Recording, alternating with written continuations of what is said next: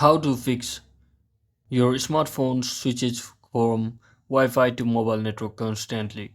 So hello guys, welcome back to my YouTube channel. In this quick tutorial, I'll be showing you how you can easily fix your smartphone constantly switching from your mobile data to Wi-Fi or Wi-Fi to mobile data. So first thing, just head over to your settings, and once you're inside your settings, just tap on this connections or Wi-Fi settings.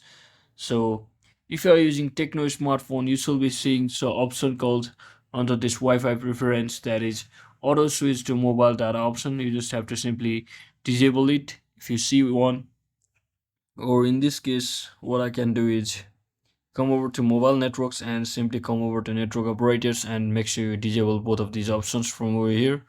So that is it for today guys. I hope this video was informational. If it was, don't forget to like and subscribe to the channel. See you on the next one.